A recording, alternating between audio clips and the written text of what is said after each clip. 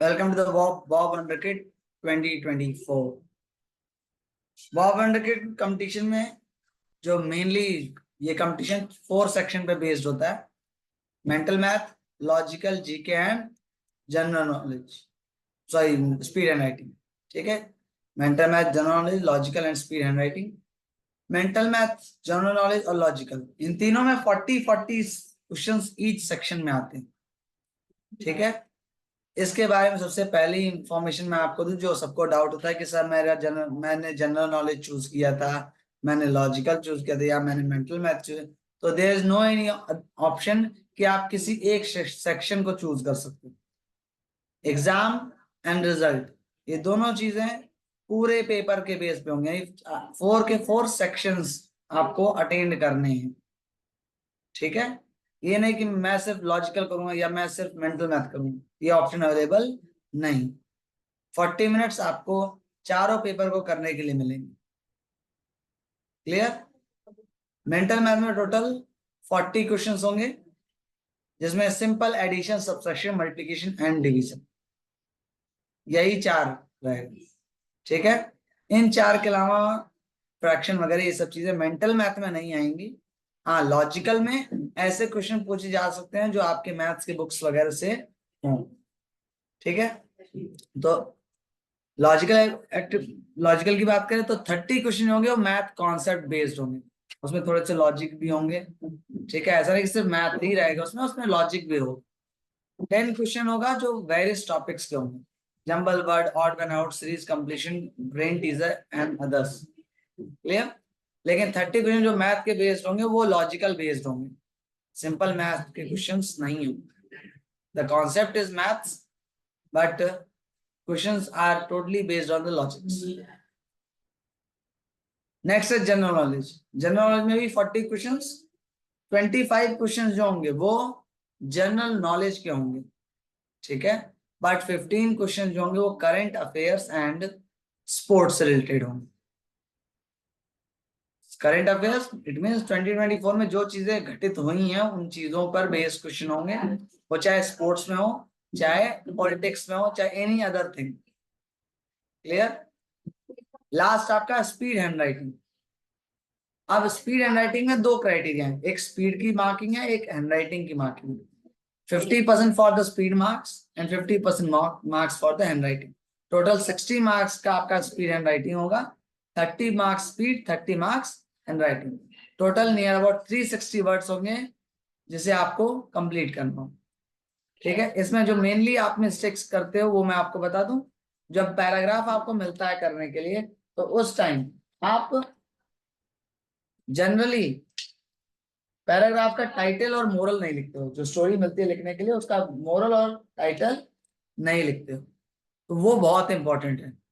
2 से 3 मार्क्स का वो होता है और आप वो छोड़ देते हो अक्सर, जिसकी वजह से आपके स्पीड में अनजाने में ही 2-3 नंबर कट जाते हैं। तो ऐसा नहीं करना, आपको पूरा लिखना है, क्योंकि स्पीड पूरी होगी तो ही हैंडराइटिंग के पूरे मार्क्स मिल सकते हैं। अदरवाइज हैंडराइटिंग के पूरे मार्क्स आप वर्ल्ड की बेस्ट हैंडराइटिंग लिखो और सिर्फ आधी यानी 50% ही स्पीड हैंडराइटिंग करो तो आपको हैंडराइटिंग में 30 मार्क्स नहीं मिलेंगे। फॉर एग्जाम्पल 360 वर्ड की जगह पे आपने 180 वर्ड ही लिखा। ठीक है, अब उसमें आपको स्पीड पे 15 मार्क्स मिल गए और आपकी हैंडराइटिंग वर्ल्ड की बेस्ट हैंडराइटिंग है तो आपको 30 मार्क्स नहीं मिलेंगे, 100% मिलेगा, लेकिन जितना आपने किया है उसका मिलेगा। यानी 15 मार्क्स अगर आपने स्पीड की है तो 100% 15 मार्क्स का ही मिलेगा। तो 15 मार्क्स का 100% 15 मार्क्स ही होता है, 30 नहीं होता। तो फर्स्ट प्रेफरेंस की स्पीड पूरी की पूरी पूरी कंप्लीट हो, then handwriting will be next thing. Okay, अब आते हैं सबसे इंपॉर्टेंट चीज, जिन्होंने एग्जाम्स एक आध बार दे रखे गुड, उनको पता ये बातें। जिन्होंने जो पहली बात है उनको मैं बता दूं, नेगेटिव मार्किंग होती है। For each correct answer you will get 2 marks and for each wrong answer -1। Integers 8th class में इंटीजर्स सबने पढ़ा है, तो 2 माइनस होता है 1। फॉर एग्जाम्पल 10 सम्स आपने राइट किए, 10 सम रॉन्ग किए, तो 10 सम राइट किए तो कितने मार्क्स हुए? 20। 10 सम रॉन्ग किए तो -10। तो टोटल मार्क्स कितना हो गया? 20 - 10 = 10। बट अगर आपको क्वेश्चन नहीं आता है, आपने उसे छोड़ दिया, तो आपके 20 मार्क्स सिक्योर्ड रहेंगे। तो जो भी क्वेश्चन आए वो करना है, जो नहीं आया उस पे अक्कड़ बक्कड़ बम्बे बोल करके तुक्का नहीं मारना है। क्योंकि अगर तुक्का गलत हुआ तो खुद तो उसके नंबर कटेंगे, साथ में जो सही वाला पड़ोसी है उसके भी नंबर काट देंगे। ठीक है। There are 2 numbers, phone number, WhatsApp numbers, जिसपे आप किसी भी टाइम व्हाट्सएप चैट बॉक्स में लिख सकते हो। ठीक है। जब भी हम देखेंगे हम उसका रिप्लाई कर देंगे। बट कॉल या व्हाट्सएप कॉल ये पिक नहीं होगी। दिस इज माय फर्स्ट, ये ऊपर वाला फर्स्ट मेरा नंबर है, second is Garima ma'am number.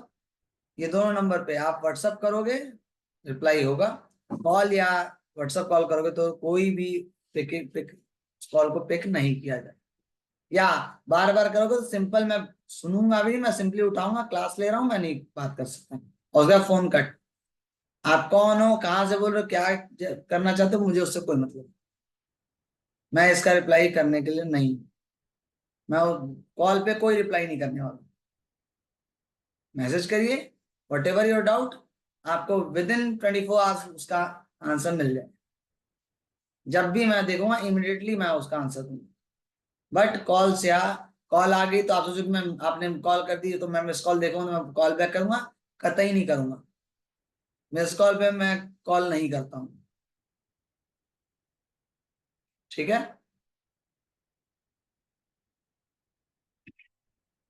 अब आते हैं कि मान लीजिए आपको प्रैक्टिस में वंडरकिड की में क्या क्या चीजें हैं वो तो पता चल गई, कैसे आएंगी। अब इसकी प्रैक्टिस कैसे करोगे, कहाँ पर करोगे?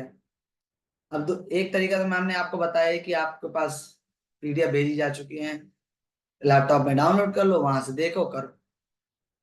दूसरा, ऑनलाइन पोर्टल एक्टिवेटेड है, पोर्टल पे आप जाइए, वहां पर एनरोलमेंट आईडी पासवर्ड एंटर करिए, क्वेश्चंस आपके पास आते जाएंगे, आप उसे अटेंड करते, जो नहीं आए उसे स्क्रीनशॉट लीजिए एंड देन उस क्वेश्चंस के आंसर आप मम्मी से पूछिए, पापा से पूछिए, और कोई नहीं बता पाए तो गूगल बाबा से पूछिए। ठीक है। गूगल बाबा के पास सब आंसर होते हैं, इसमें हम लोग गूगल बाबा ही कहते हैं। आप लोग भी ये काम करते हो, जैसे ही कोई क्वेश्चन नहीं आया, छोड़ो यार कि कौन मेहनत करेगा, कौन एग्जाम्पल देगा, पहले गूगल पे टाइप है कि नहीं? कोई बुक्स वगैरह टेक्स्ट बुक नहीं खोल कि कहाँ पर इसका आंसर हो सकता है, कुछ नहीं। जैसे हम लोग टाइम में अलग होता था कि कोई क्वेश्चन नहीं आ रहा, अच्छा पहले बुक में देखते थे कहाँ पर है, बुक से ढूंढते थे हम। आप लोग आप सिंपली गूगल पे टाइप करते हो आंसर, तो you can directly go to the Google. वहां भी नहीं मिले ऐसा नहीं होगा कि वहां नहीं मिलेगा, बट बाई चांस अगर नहीं मिलता है, आप जस्ट मुझे व्हाट्सअप कर दीजिए उस क्वेश्चन को, मैं उसका आंसर आपको भेज दूंगा। ठीक है, क्लियर नाउ? अब प्रैक्टिस कैसे करोगे पोर्टल पे, उसके लिए मैं आपको बता दूं कि कैसे करनी। ठीक है। आपको सिंपली गूगल क्रोम ओपन करना है।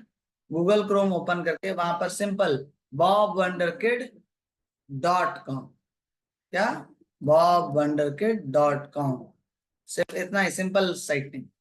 लैपटॉप में ये इंटरफेस कुछ इस तरह खुलेगा, बट मोबाइल में ये चीज हाइड रहेगी इन द 3 लाइंस।